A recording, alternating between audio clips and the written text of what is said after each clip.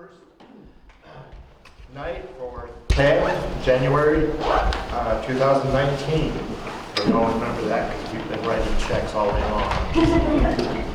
My name is Brian Campbell, and I'll do the facilitating tonight.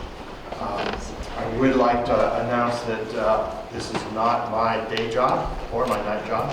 If there's anybody else that would like to facilitate, I'm offering that up for the February meeting. So our mission statement, oh wait a minute, I better do some housekeeping first. Through the doors, to the left are the restrooms.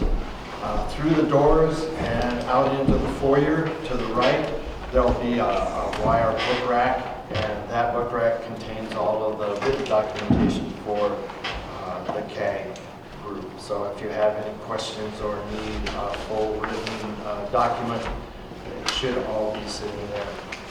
The mission statement for Smurfit Stone Hillside Community Advisory Group, and that we're to serve as a trusted liaison between the community, the Environmental Protection Agency, and the Montana Department of Environmental Quality by becoming informed and sharing this information with the public and engaging in the Superfund process to ensure the restoration of the former Smurfit Stone Mill site to be a healthy ecological state for further generations.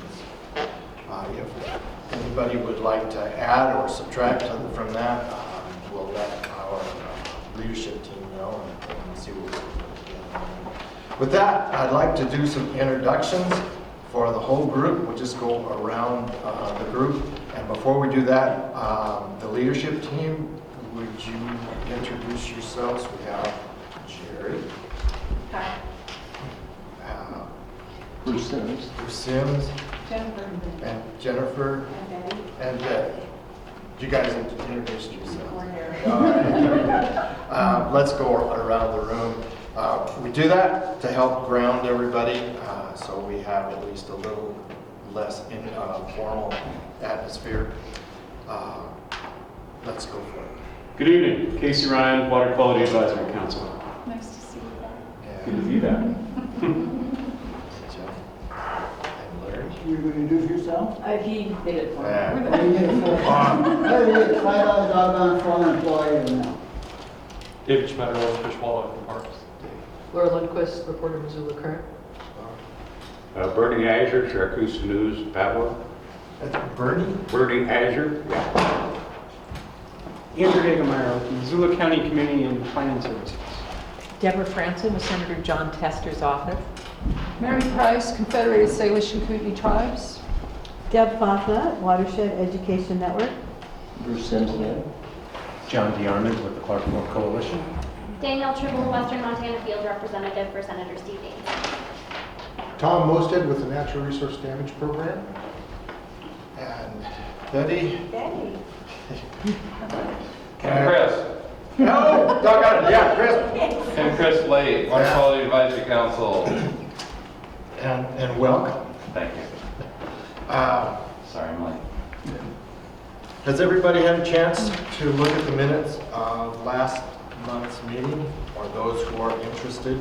I would ask that if there are any additions or deletions, changes to those minutes, we share those right now.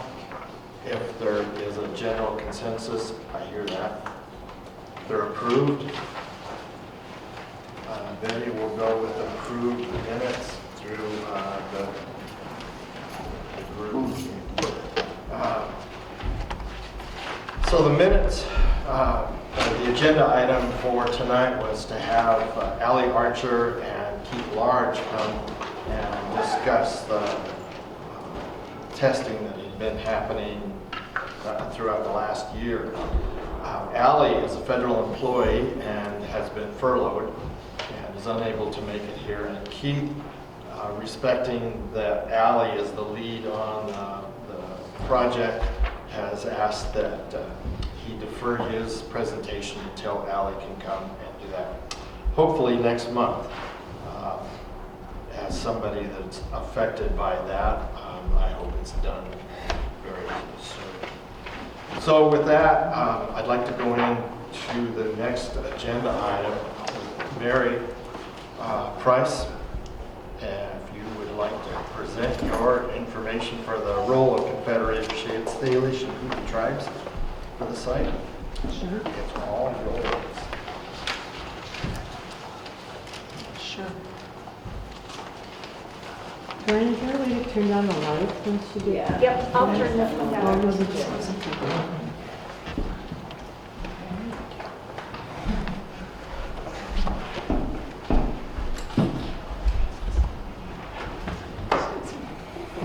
As soon as I get wired here, I'll be ready to go. Well, I really appreciate the opportunity to come and talk with the CAG tonight about the Salish and Kootenai tribes and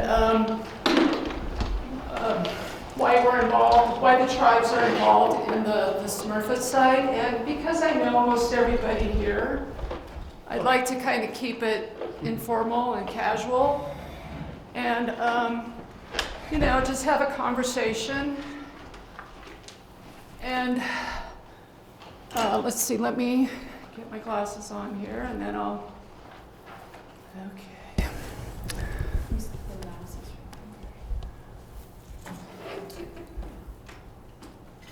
Here we go, let's see.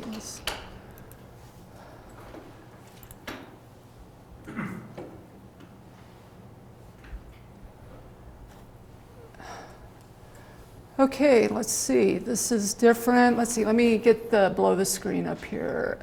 What do I do?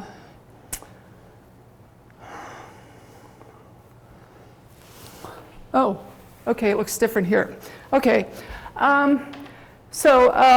Yes, my name is Mary Price. I'm the staff scientist in the Tribal Legal Department, and I've worked with most of you, if not on Smurfit, then on the Upper Clark Fork River Basin. And so what I would like to do tonight is just talk about the Salish and Kootenai tribes. And I'm going to talk first of all about, I guess, just their connection to the Clark Fork River, talk about who they are, their connection to the Clark Fork River, just their perspective on different issues before I talk specifically about the Smurfit site, and talk a little bit about Superfund law and tribes. So the Salish and Kootenai tribes, in a nutshell, the tribes are a confederation of three different tribes, the Salish, the Kalispé, and the Kasanka tribes. There's approximately 8,000 enrolled tribal members, of which approximately 5,000 reside on the Flathead Reservation, which is located about 10 miles north of Frenchtown. I'm sure many of you have been there, are familiar with it. The governing body, when I say the tribes, I'm talking about the tribal government. As a tribal employee, I am here to represent the tribal government. And the tribal council is the governing body of the Salish and Kootenai tribal government. It's made up of 10 elected members who you see there. And they oversee all the tribal government functions. And the tribal government of the Salish and Kootenai tribes provides a number of services to their tribal members, including economic development, education, health and human services, natural resources management, environmental protection, culture and history, and tribal courts and justice. In other words, they're like all other governments. They're here to serve their members. So in addition, this chair is really uncomfortable.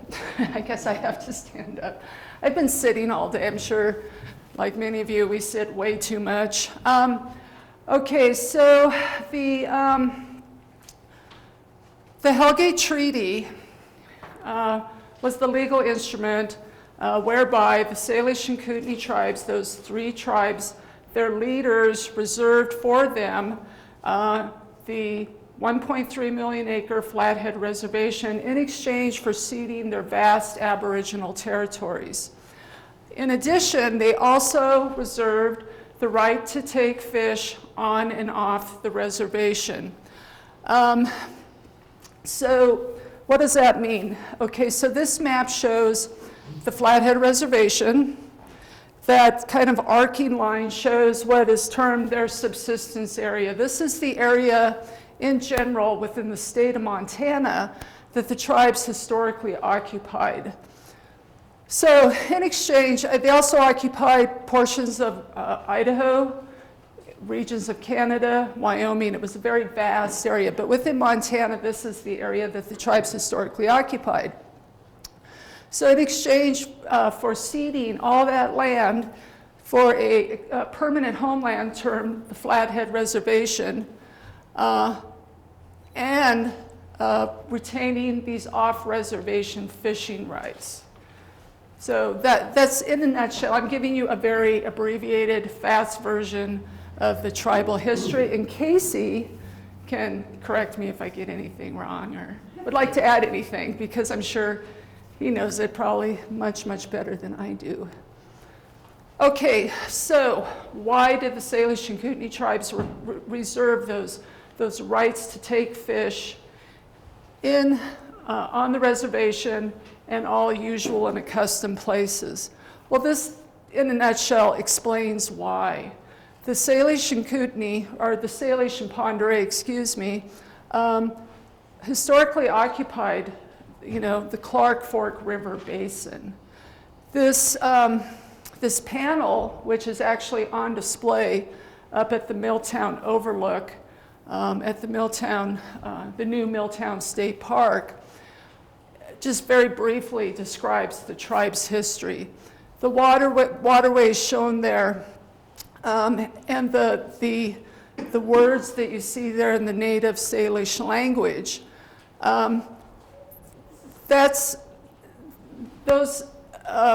those names have been those are the Salish place names for different locations on the Clark Fork River, the Blackfoot River, and then continuing down to where we are.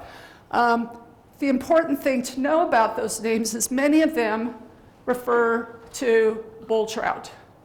I'm sure many of you know that place of big bull trout is in the Milltown area. So really what this demonstrates is just the tribe's deep connection to this area. This is why they reserved those fishing rights both on the reservation and in their usual accustomed places. Let me just go back because I think I kind of left out an important point here. So they reserved the right to take the exclusive right in taking fish on reservation, and also the off-reservation right, which is termed the right of taking fish at all usual and accustomed places. And the Clark Fork River is one of those usual and accustomed places. It's a term that is used a lot. So this just is, illustrates why the tribes reserved those rights, their deep connection to the fishery, to the Clark Fork River. Throughout their history, they relied on the fishery, and particularly bull trout. This picture up here in the corner, that is worth the encampment. That is just downriver from the University of Montana. It was taken in 1915. The gentleman here is named Sam Resurrection, who is actually fishing in the Clark Fork River.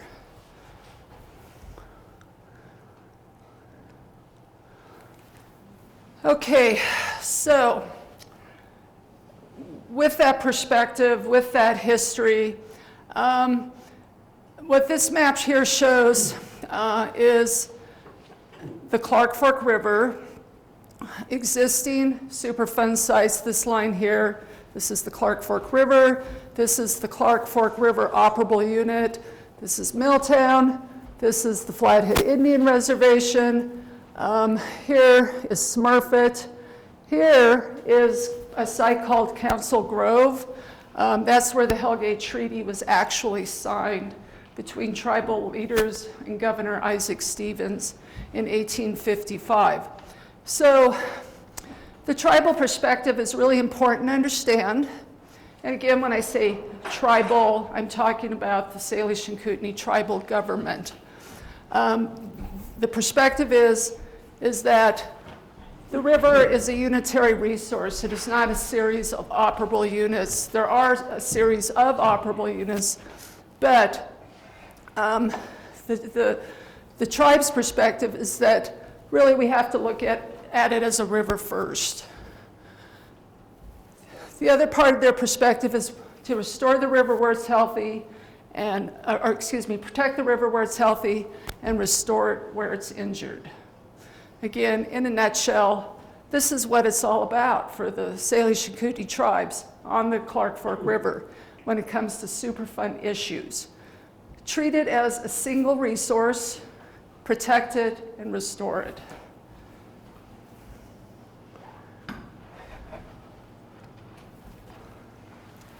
Okay, so how does that happen under Superfund law?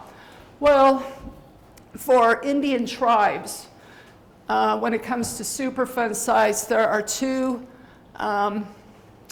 federal laws that guide that process.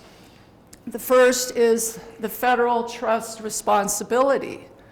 And this is just, in a nutshell, is the federal government's obligation to Indian tribes to protect their treaty rights and their self-governance.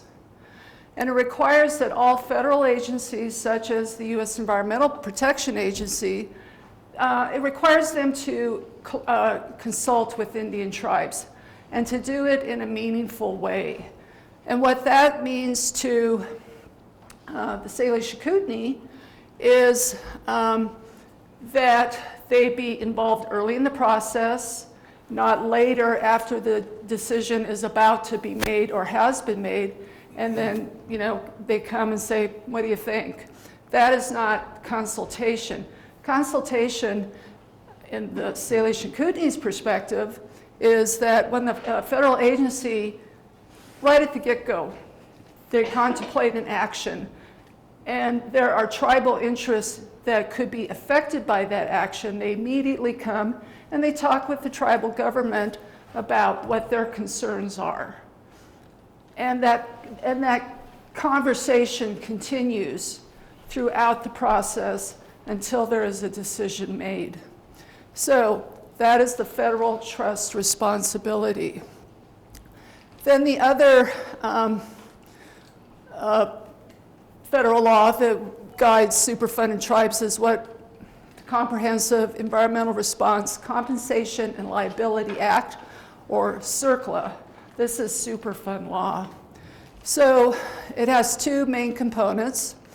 It authorizes EPA to do removal and remediation actions at Superfund sites or proposed Superfund sites that will protect human health and the environment. And it also allows what are termed natural resource trustees, and this can be federal, state, or tribal governments who have management authority over the fish and wildlife or other natural resources, affected natural resources, that they can bring a natural resources damages claim in the, for injury to those resources. And typically, then that settlement is used oftentimes to fund additional restoration above and beyond the cleanup action that EPA undertakes. And this is what happened in the Upper Clark Fork, for example, at the Milltown site. EPA oversaw the cleanup of the Milltown site. Then the state of Montana, with their natural resources damages settlement, did additional restoration work that otherwise may not have happened. And part of that was also contributed to the development of the Milltown State Park. So that's an example of remediation and restoration under CERCLA. So for Smurfit site, there's natural resource trustees, the state of Montana, which is represented by the Montana Natural Resources Damages Program, the Salish and Kootenai tribes, because they have what are termed Native American interests in the Clark Fork River, the treaty, those treaty protected fish, and the natural resources that those treaty protected fish depend on. And they're representing, the Salish and Kootenai tribe are representing their tribal members and their treaty protected right to take those fish through this process. The state of Montana is representing the citizens of Montana. Then there's also, for the Smurfit site, there's the Fish and Wildlife Service. They have Endangered Species Act responsibilities. Then there's also the U.S. Forest Service because they own lands adjacent to the Smurfit site.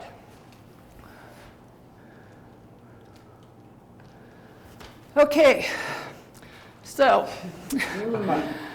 this is a very poor quality image, and I apologize. I played around with it for a good hour today. Finally gave up and just said, forget it. I apologize. I did bring hard copies of what I think is a really important piece of information that I personally spend a lot of time looking at and studying, and I think I don't think it gets enough attention. And what this is this is the conceptual site model for the Smurfit site. When I first became engaged in Superfund, there was a risk assessor, an EPA risk assessor, who has since retired.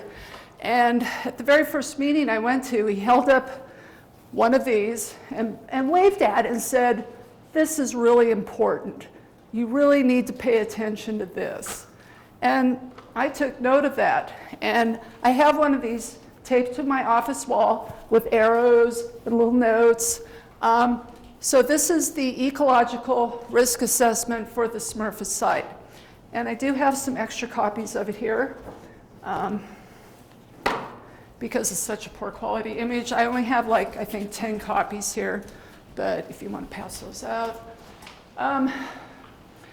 So again, back to the tribes.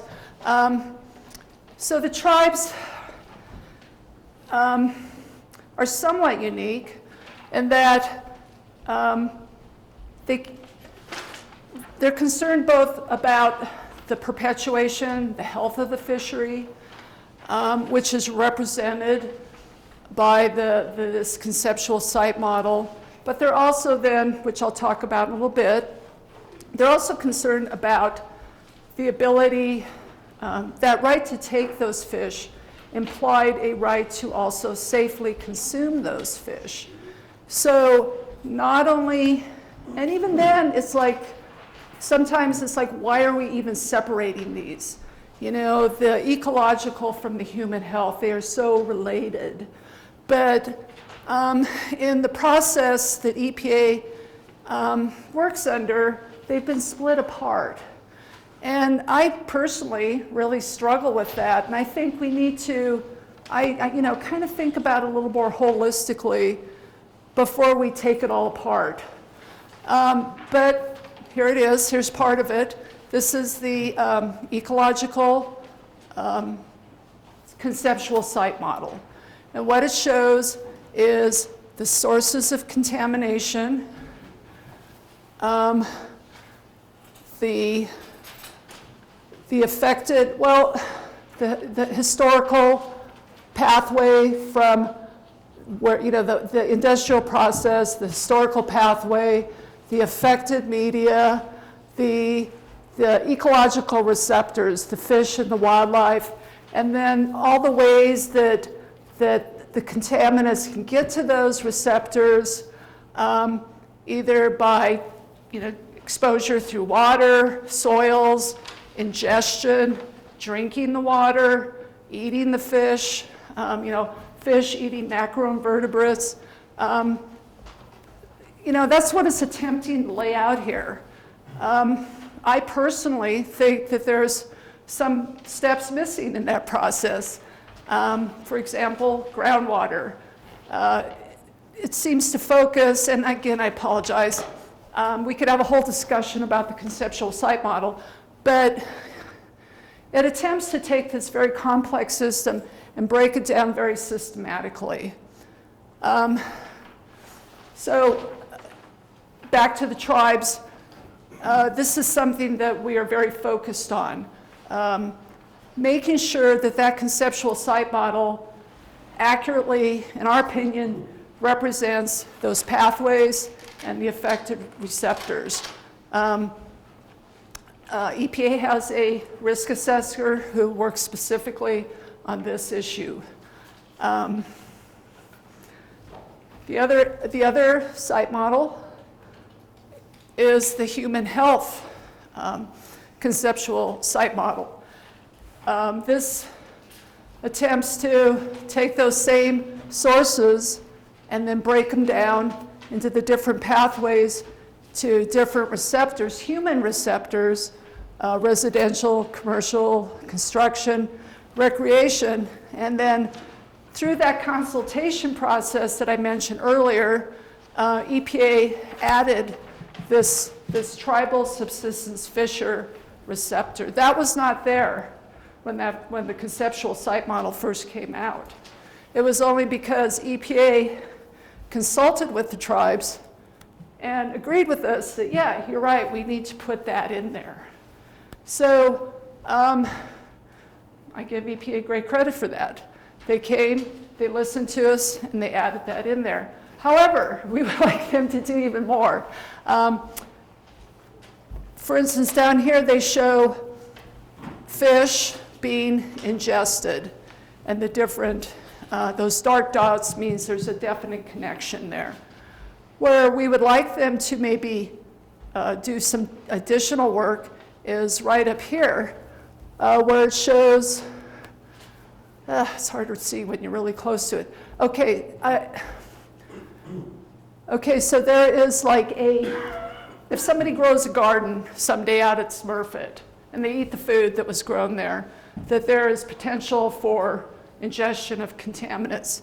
And that's probably true, that potential's there. What we would like EPA to do is to consider a tribal use of the site. Because not only did the tribes historically and did their treaty protect the right to take fish, it also included things like gathering berries, forbs, plants. And those practices do continue to this day. So it's just a different way of, it's a different kind of garden. Instead of a planted garden, it's a natural garden. We'd like EPA to consider that. So we still have some work to do.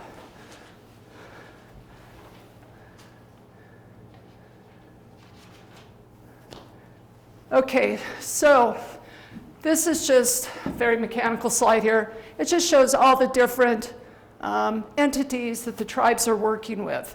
The trustees, those are the natural resource trustees, the local government, Missoula County, Frenchtown, the agencies, EPA and MDEQ, and the public, the Community Advisory Group, and the Clark Fork Coalition, and those could all, those could change. There may be new groups. This is just the groups we're working with now, and this is just who the tribal council has assigned this task. All Superfund issues go through the legal department, and those are the staff who specifically work on them.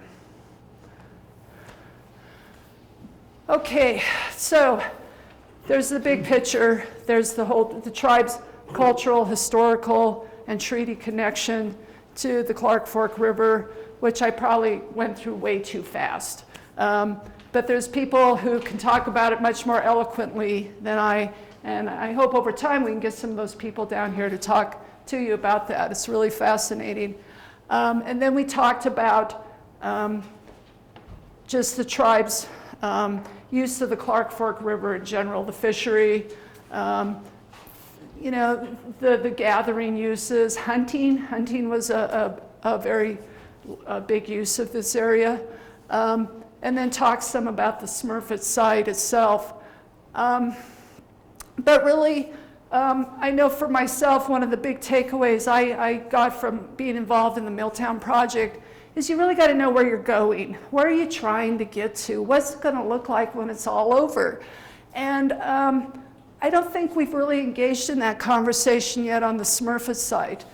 And the reason I think it's important is because we cannot be splitting remediation and restoration apart.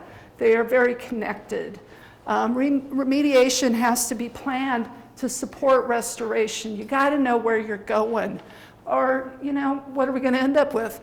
And so I don't think we've had that discussion here yet, and so, which is fine. I don't know that we're ready to, but from the tribal government's perspective, we've had a lot of conversations about this, and actually it's gotten pretty granular, but at this point, I think it's best to keep it more general. And in very simple terms, this is not, this is pretty obvious, is we want the tribal government would like, the tribal council would like all the sources of the contaminants out there removed. Get them out of there, clean them up, and particularly any source that can enter the Clark Fork River, its tributaries, or its floodplain, either from a groundwater or surface water pathway. And why do I mention floodplain? Well, we're talking about this area right here. It's very hydrologically connected to the Clark Fork River. Everything, it just goes back and forth here. There's another term for it, it's called the hyporheic zone. There's been studies done where on undisturbed sites like this, and they found aquatic insects living down here that occur here. I mean, they just kind of move back and forth. And so we have to clean it all up and treat it as one unit.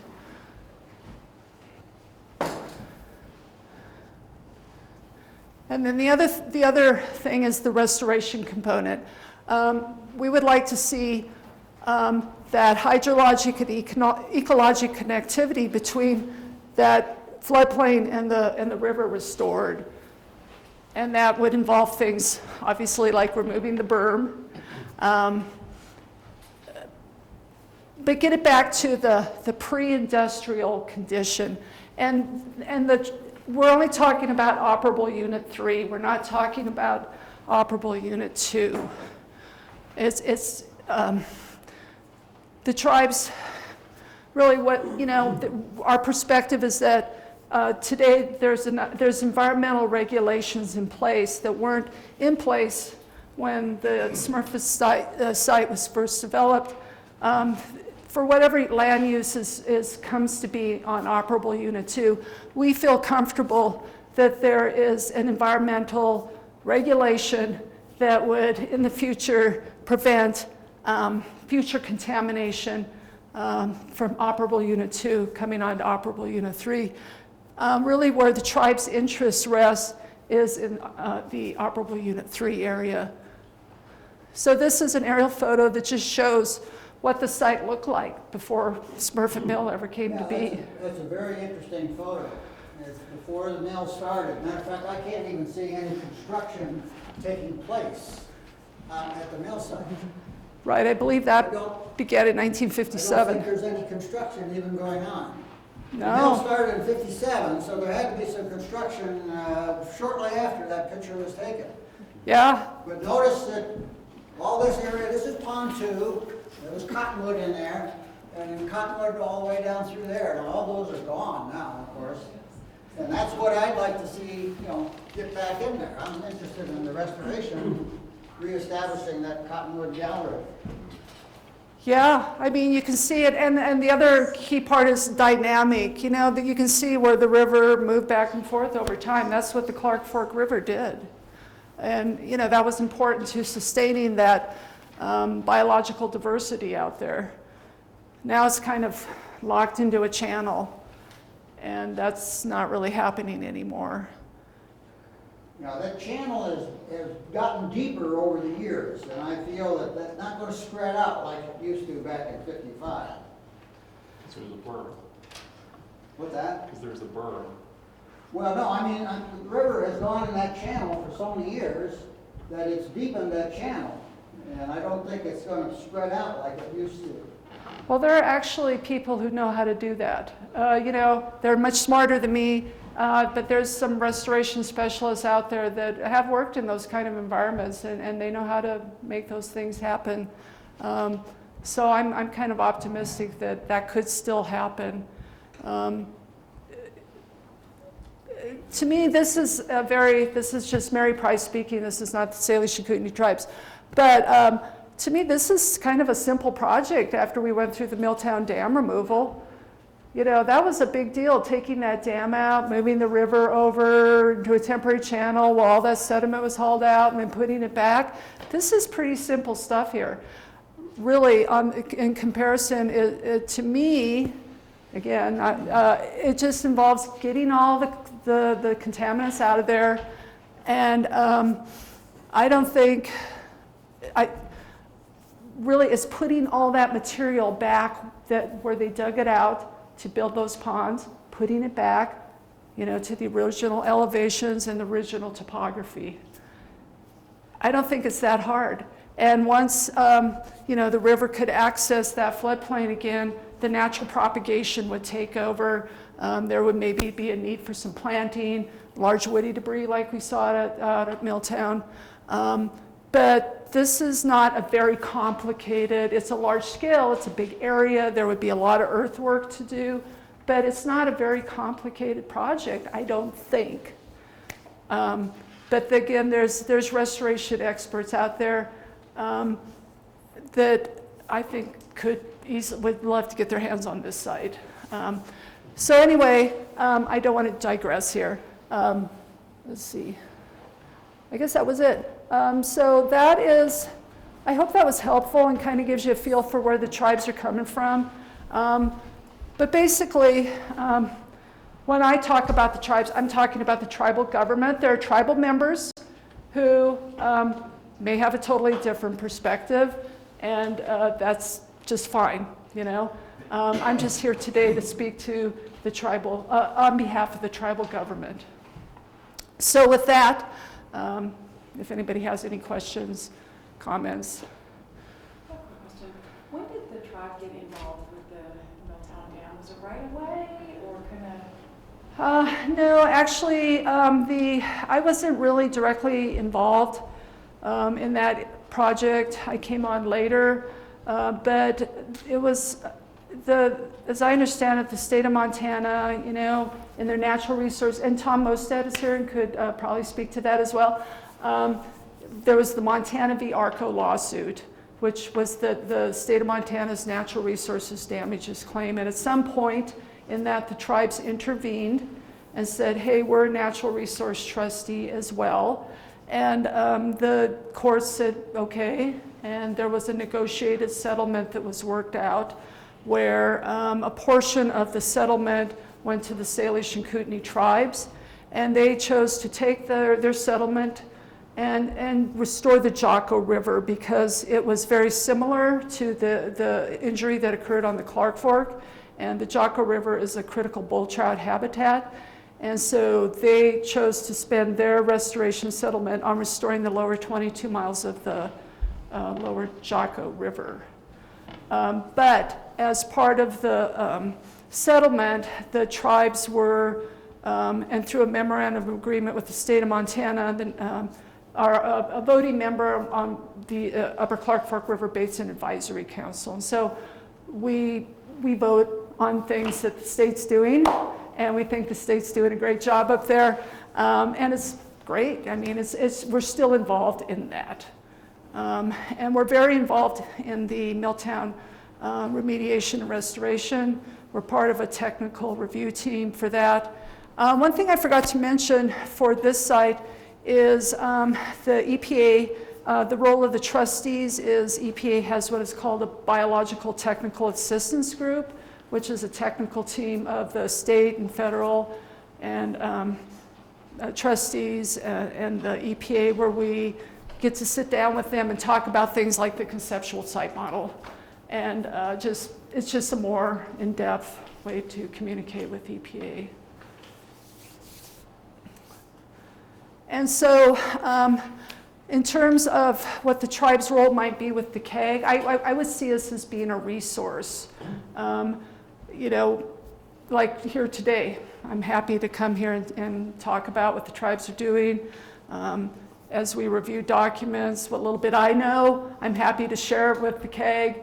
And it's great to, you know, hear from everybody else's review and input. I really think that this is an opportunity for us all to share information, and it's the only way this is going to get done is if we all work together. It doesn't happen alone.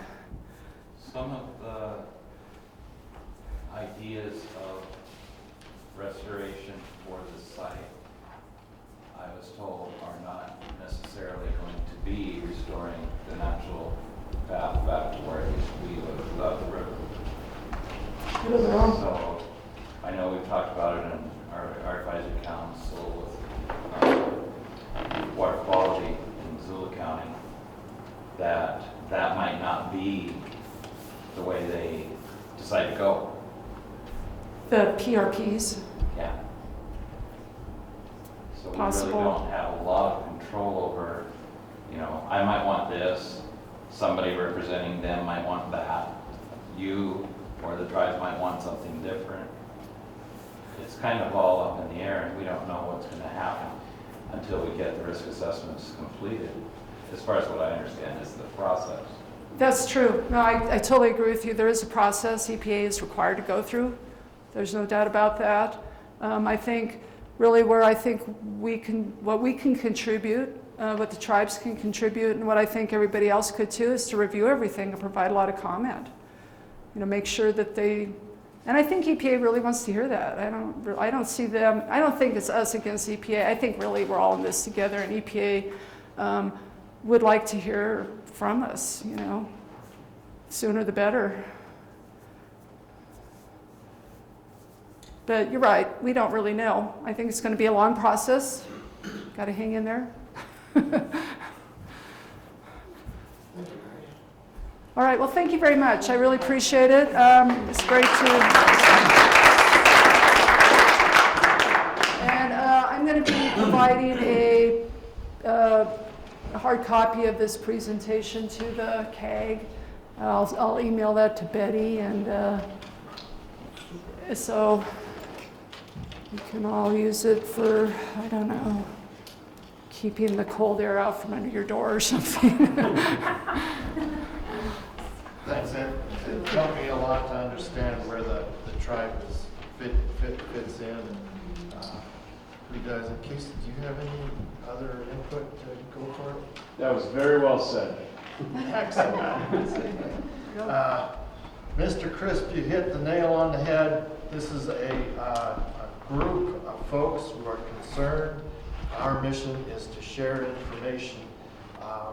We do need to keep in mind that it is private property, and there's a law that says things have to be cleaned up. We need to get it there, and then the private property owners get to do what they want to do, so we don't know what's going to happen. And our mission is to get the right information to everybody that's involved. So thanks for bringing that. But I think it's important to know what rights we do have, and Yes, the it right is. to a clean and healthy environment in the carport, engaging with that site is affecting. I agree. Yeah, and let's get the laws. Let's do it right, and then whoever owns it can make it right. You know, and I appreciate the conversation about where do we want to be? Where do we want to go with this? What would we like to see in 20 years, 50 years? Because we might not settle for the first option presented if it doesn't fit the group's vision of the clean, healthy, restored. You know, and even what do we risk if we don't clean it up? If it doesn't get thoroughly cleaned up? What development options are limited?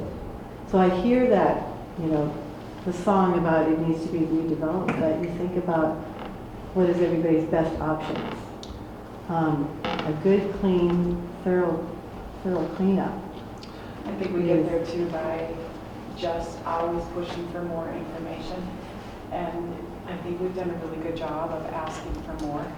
When there's data gaps, saying, no, we don't want to, we want to fill those in, and more testing and more testing. And I think that we've been very vocal about that. And I think not settling early is important as well. Part of our mission statement is for future generations. And I think that is so important as we move forward in this process, is just to always make sure we just don't settle. And it's to all groups, all trustees, all stakeholders that are completely confident that it's clean. Yep. Larry? Kind of following on to this discussion, understanding that the primary mission is to participate in the EPA process and to serve as the focal point for the community and all that. It seems to me like we're touching on a little bit more than that in terms of the vision of what this area might look like after the cleanup, or after all of the EPA stuff is done, and I do recognize that it's private property. However, it seems to me that the CAG is the ideal place to start collecting various visions of what the property might look like, understanding that we don't have the authority to make that vision happen, but we can certainly collect various people's visions and perhaps come up with one that incorporates parts of many visions, and at least come up with a starting point for other people to work from in terms of seeing what this might look like in the long term. I think we've heard a couple of comments to that. If we clean it up to a standard that we think is correct, it may be that we're back to 1955 land, the way it looks. Who knows? I'm not that kind of a scientist, but that may be where we go. And Larry, I think you're absolutely right. Our mission is to ask questions and get the questions to the right people. EPA, DEQ, our local and state governments, so that everybody understands that we would like to see it in the best condition that we can get it to. Yeah, I just want to remind folks, Milltown was originally private land also. Yeah.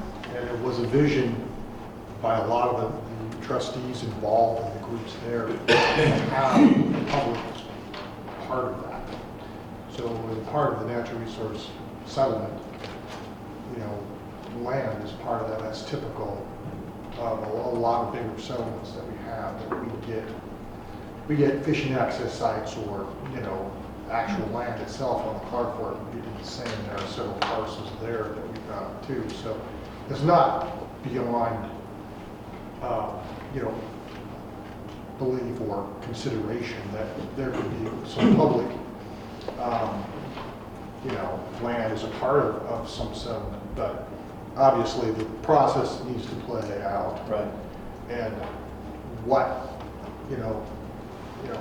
and I could talk more about this in the future. I think Mary really set the table for, me to give a similar kind of presentation on, and try to compare maybe some of the other settlements and give you some ideas of what has happened on other sites that could be comparable to here. And if that was the aim of people wanting, I think that would be a good thing.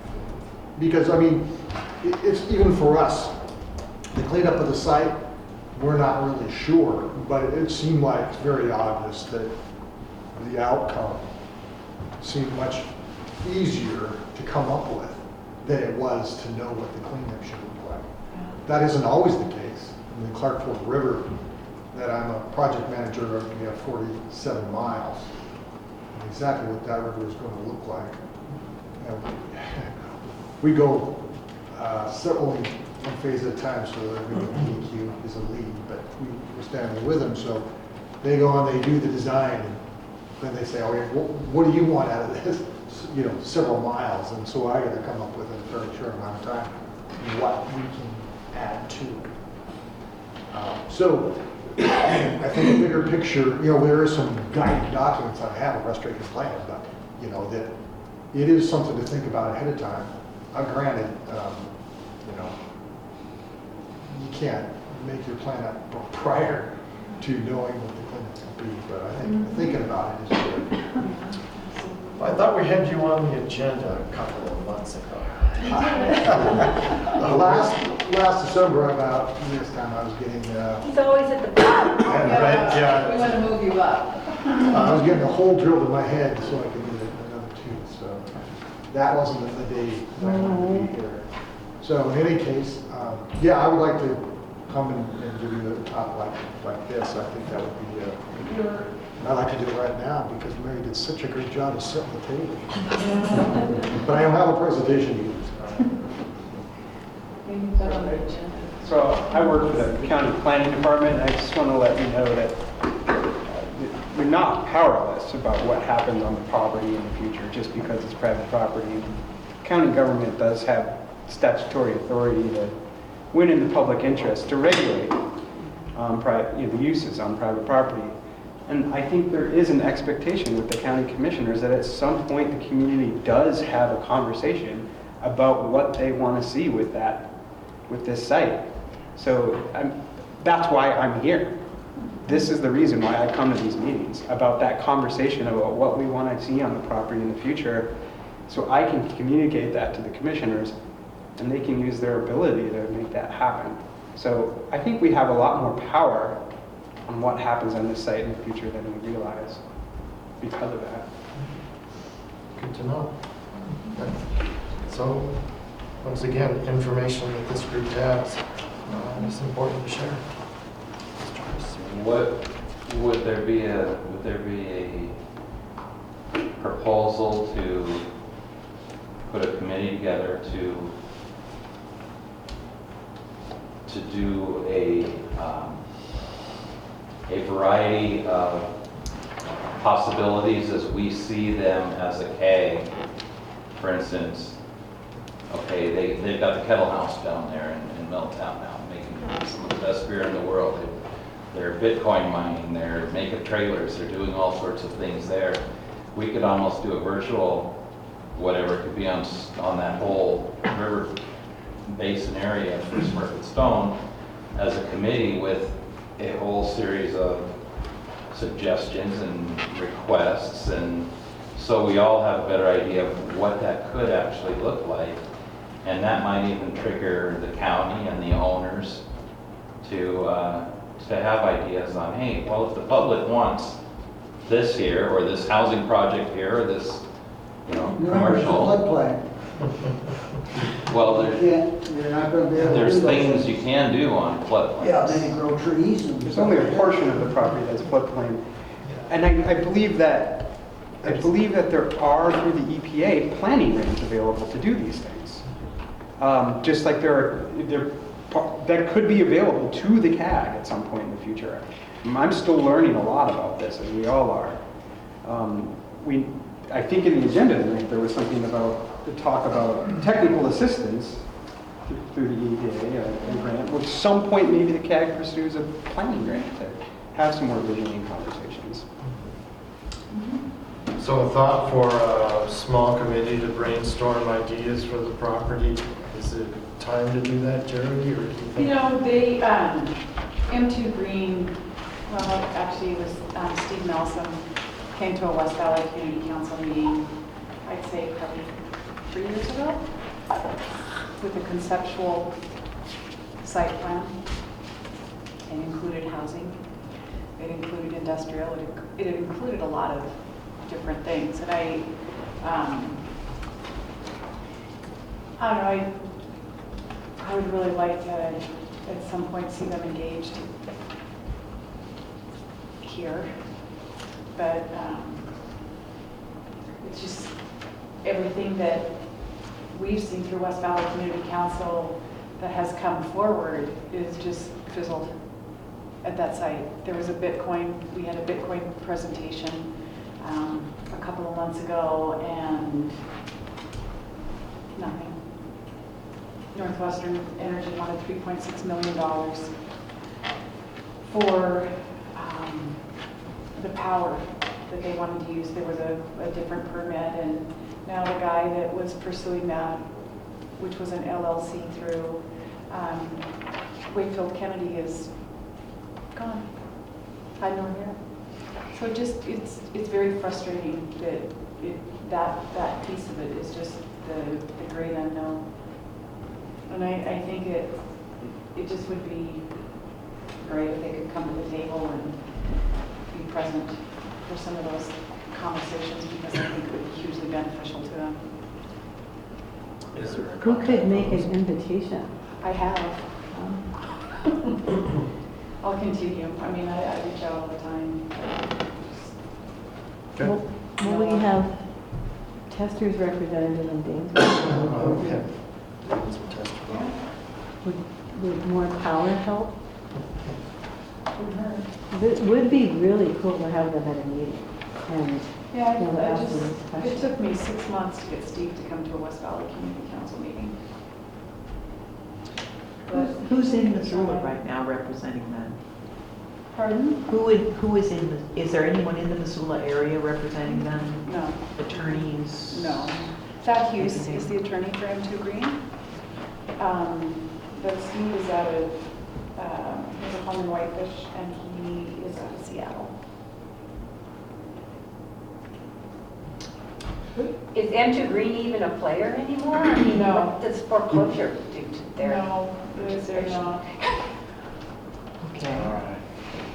It seems to me that it's just a natural way to, you don't want to jump into details too quickly. It seems like a presentation that you were suggesting, recommending would make a lot of sense, so that the CAG has kind of just some ideas of what that could look like and what the process could look like. I think what the process has happened on other sites. I think that's really important.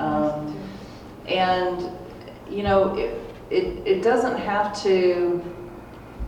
I mean, I would be interested in that. I think also, you don't have to decide that there will be a coffee shop right here. It doesn't have to get down to that sort of detail. It can be more like, I know I'm not supposed to say this word, but zoning, which is. I say it's zoning. It's like a wonderful thing. I mean, it's a wonderful thing, right? And so it's the idea of here are the possibilities in these areas. So it's not like we're trying to develop the site. That's not. But it's like there are some places. I mean, Andrew's absolutely right. There's not going to be industrial development again on the riverfront. That it is a different site than the Blackfoot. So. I think looking at it kind of in those broad ways would start. I think it's brilliant. It's a brilliant idea to think about what the vision should be for the future, and it might be what drives the ability to get what we want for the cleanup, because it's not just a shot in the dark. It's you're coming at it from two ways is a better way to say it. Yeah. You're coming at it from a cleanup way and from a vision way, and that's more holistic.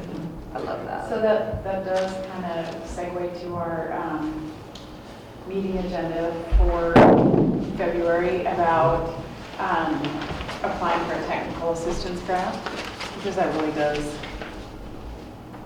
play into the visioning, because that's a big part of the technical assistance grant, is that money can be used for community visioning.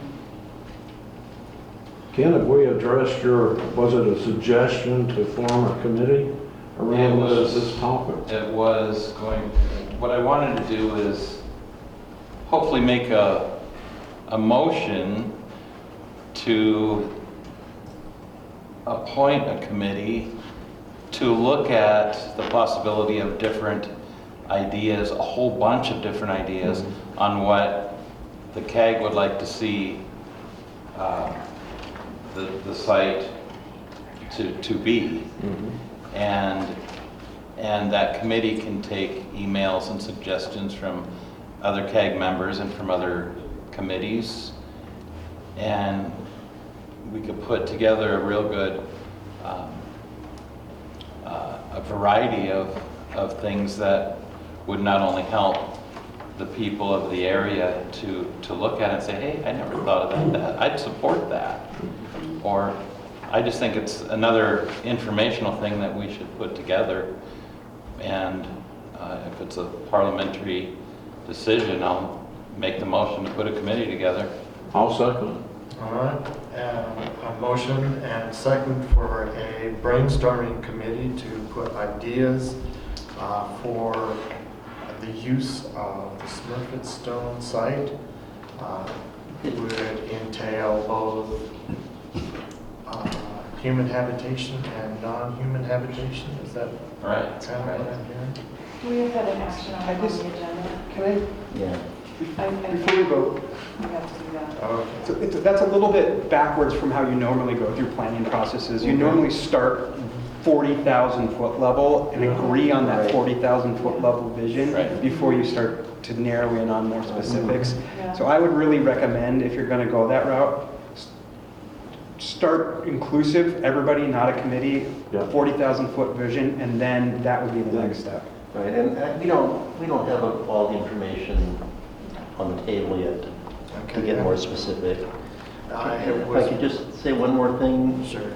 The slide that showed the 1955 river oxbows and meanders, I challenge anyone to tell me that virtually the entire Smurfit Stone site wasn't in the floodplain in 1955, just judging by that one photo.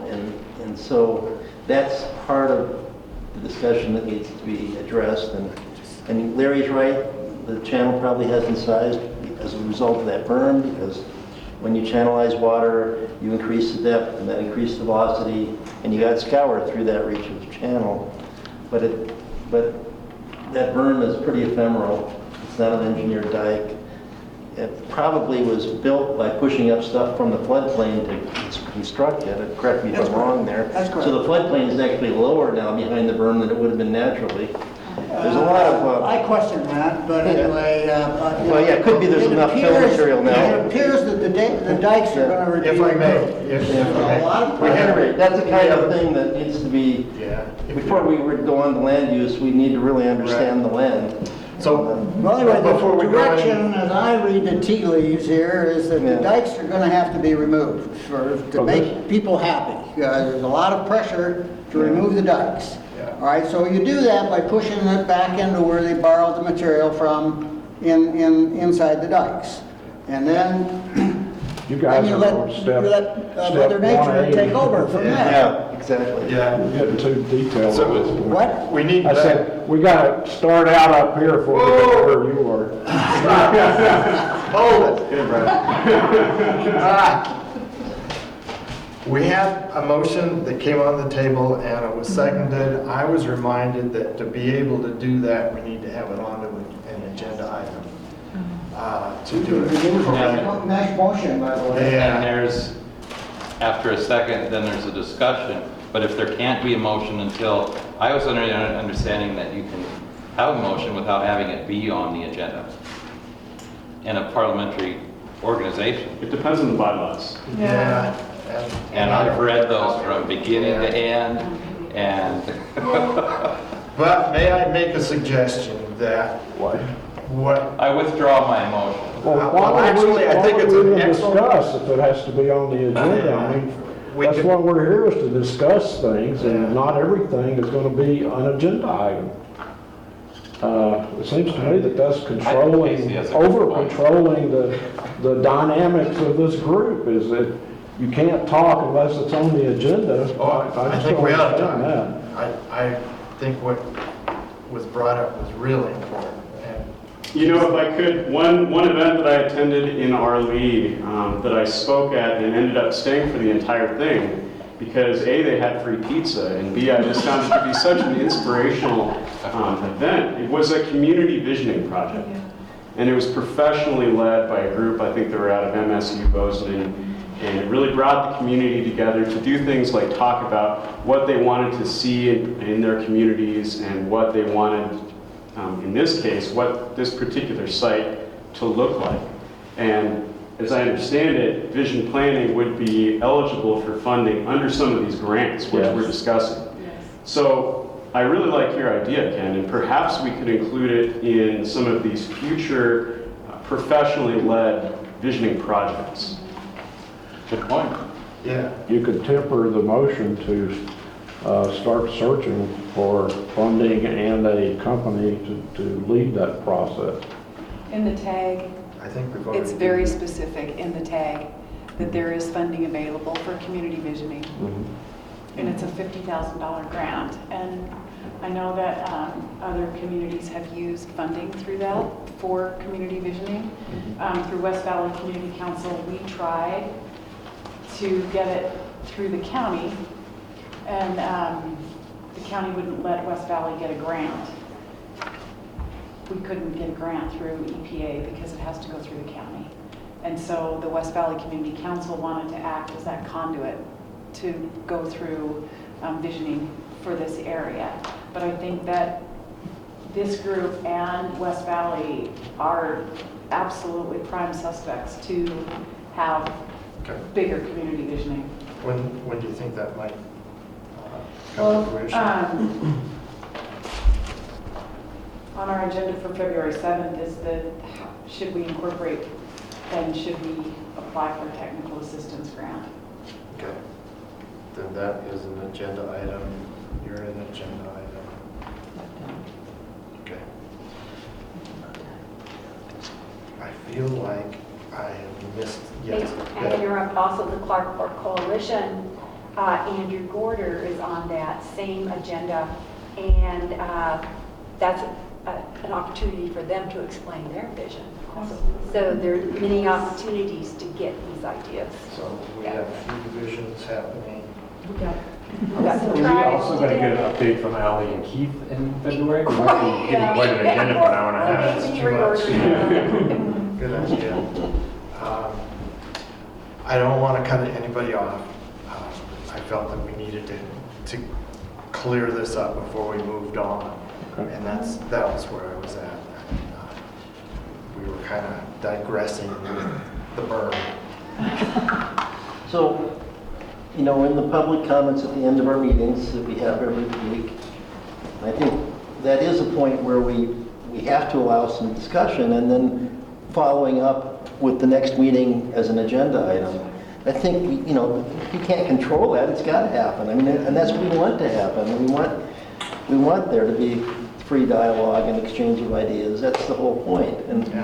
And I think as this community broadens, we'll see more and more of that, and that will trigger future agenda items. Does that sound like a reasonable way to handle it? Yeah, that's one way to address it. And the way that, how I've always understood why you want it on the agenda is for people who see that agenda to say, I want to come to that meeting because I want to be part of that committee. And I think that it really fosters engagement of people who do have some thoughts on being part of that committee, and people who don't come to these meetings might see that and say, God, you know, I'd really like to. And I'm not disagreeing with you at all about the agenda item, but I guess I'm a little bit in a quandary about how do we discuss things that come up in the meeting that aren't agenda items. It seems like it's sort of artificial to cut off the discussion because there's no agenda item on it. You're missing a lot of serendipity that might come up by doing that. So maybe I'm the only one that feels this way. I think it's focused on action, taking action. Yeah. So I don't think you're limited to discuss. I think you're limited to have motions and take action. So so the natural discussion can happen, but then you need to put it like you said. So. Perfect, thank you. You just hit the nail. Awesome. And if you look at the agenda right now, we are on the public comments area. And if there are no other public input, I have, we wanted to talk, the Clark Fork Coalition had a Riffles newsletter. Did you want to share that? I think that was on the agenda. It's next But month. I'm concerned if we're going to have updates from EPA and DQ, and maybe Tom coming back for a presentation and additional discussions. We could wait until March to do ours. Okay, that would be good. I think the EPA DQ next month is going to take up quite a bit of time in discussion.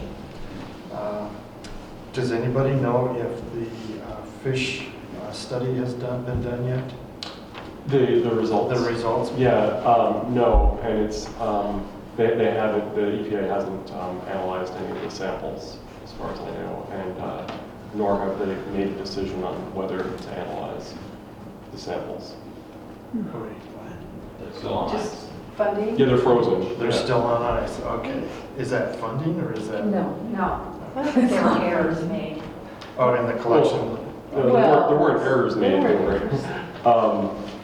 But, Deviations.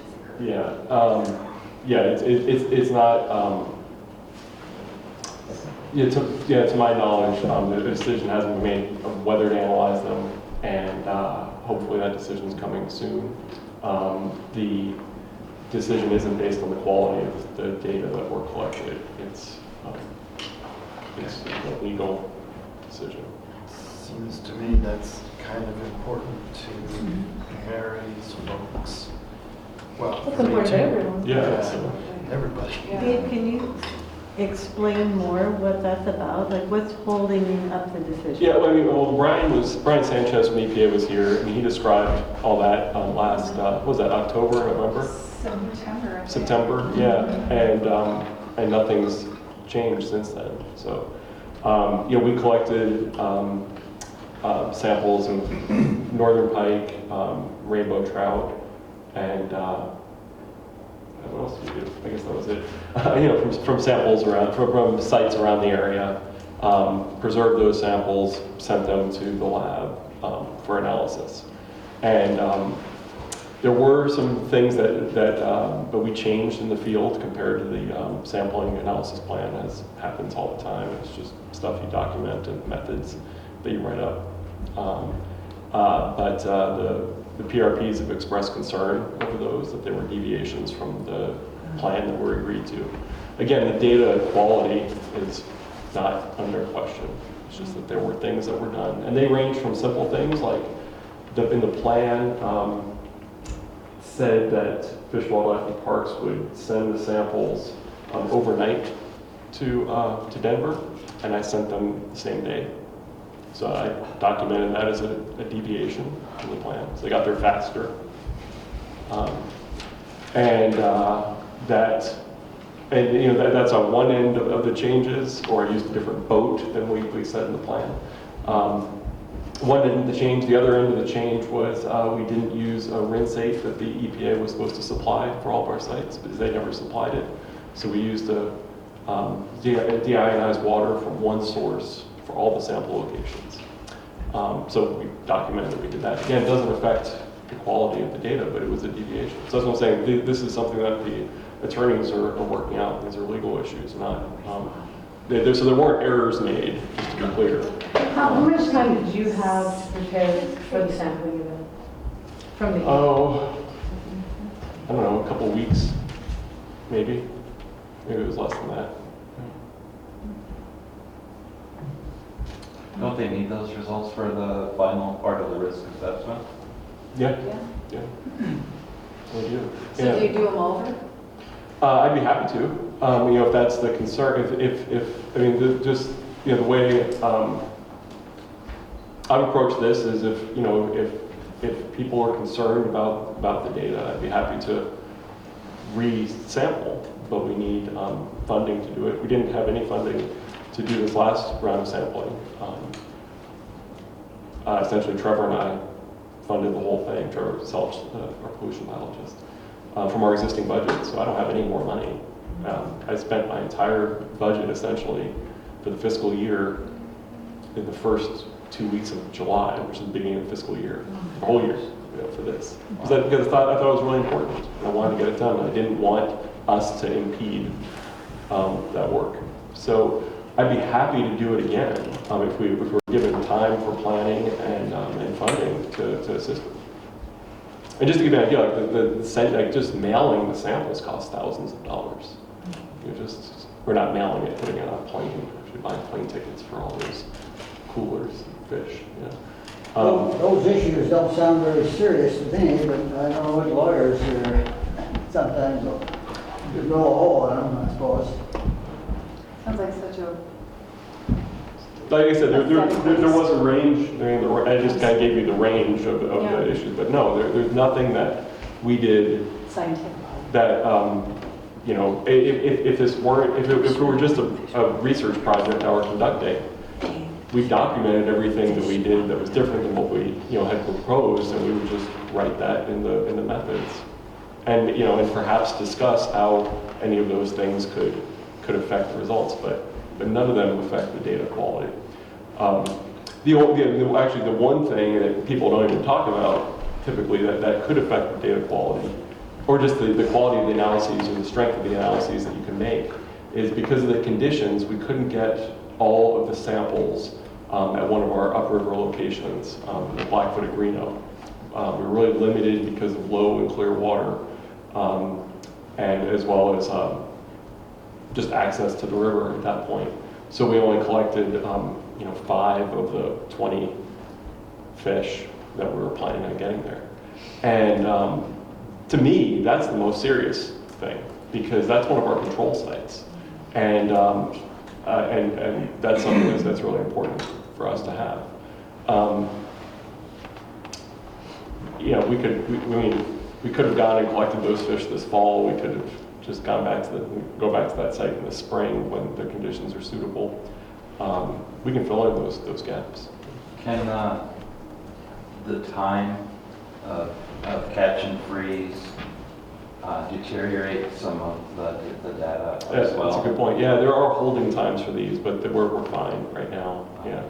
The PRPs did collect some samples themselves of invertebrates and benthic fish along those days, and those were supposed to be kept, you know, frozen, and evidently they thawed out and reached, I believe, about 55 degrees Fahrenheit, you know, 10 or 12 degrees Celsius. That could affect data quality. But I don't know the status of those. But that's a greater concern than we have. That's your name. So, Well, I'm just curious, Dave, is there some legal pressure we can put on the deal to get those results, so it's not just in a holding pattern? Like, once again, we have Tester's office, Amy's office. I would say talk to, I mean, I get people, I frequently get people from the public community members calling me wondering about those, because, you know, it was very publicized that sampling was taking place, and there was a lot of interest in the community, right? So, on it, because of our consumption advisories and things like that. People want this information. I just have to keep telling people what I've been telling you. Like I sent them, and yeah, I would say talk to your EPA representative, you know? or When they can come. Exactly, yeah, or you know, some of our representatives in DC, yeah. But I would assume all the EPA is closed down there. They are. Yeah, I mean, technically, yeah, right now, but I mean, assuming the shutdown were to come to an end here and they'd be back in the office, yeah, ask them these questions. And you know, like I said, I don't know where that decision is. You know, the EPA folks, you know, Brian Sanchez, Dan Wall, Steve Merrick, they might have already decided that they're going to run those samples. I don't know, but they haven't communicated that to me, and those samples have not been analyzed. That's all I'm saying. You know, is there any way that we could write Patrick Davis a letter? I mean, he's reopened. Yeah. And I mean, I think certainly some pressure from some elected officials to Patrick Davis night out. But Why not Ally sent us. Benevento, he's the regional administrator. Yeah, Ally sent us an email just before Christmas that said they had enough money to get to Friday.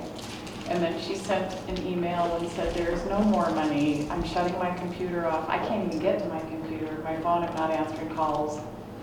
Absolutely nothing. And that's true of everybody. Yeah, Laura and I had a conversation there. That's just, It's dark. yeah. When it happens, it'll happen, and we'll move on. So with that, on our February agenda, Yes. our contingency plan is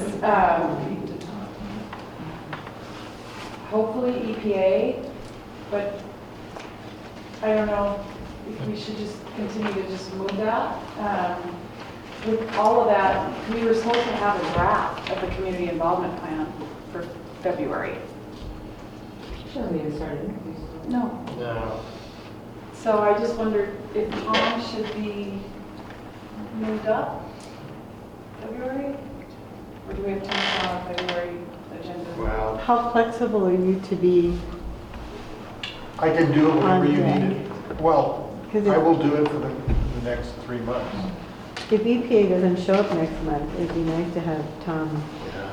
I wonder if we should just put EPA on the schedule for March. Yes. And have Tom present in February and Clark Fork Coalition in February. Does that work? Sure. Can we do that? Okay, that's resource damage.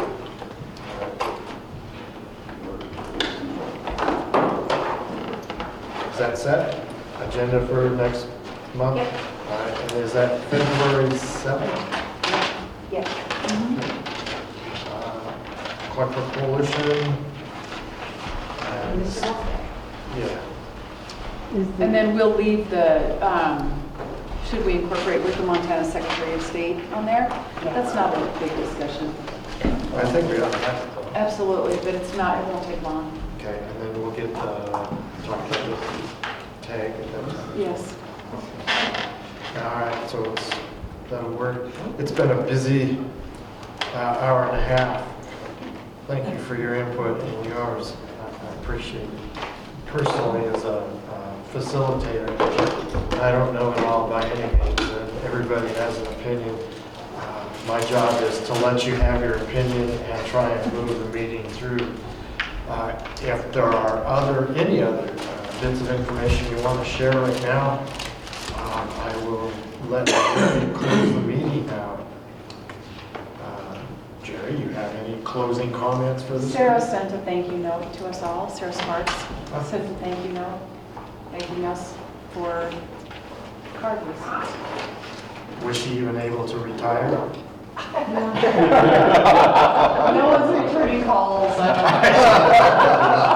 Yeah. Oh, Yeah. I don't think she did retire, but that's all I know. Well, if there's no other bits of information, I want to thank you all for coming. I do appreciate it personally. This is important to me. Thank you. Head out. Thank you, Brian. Good job, Brian.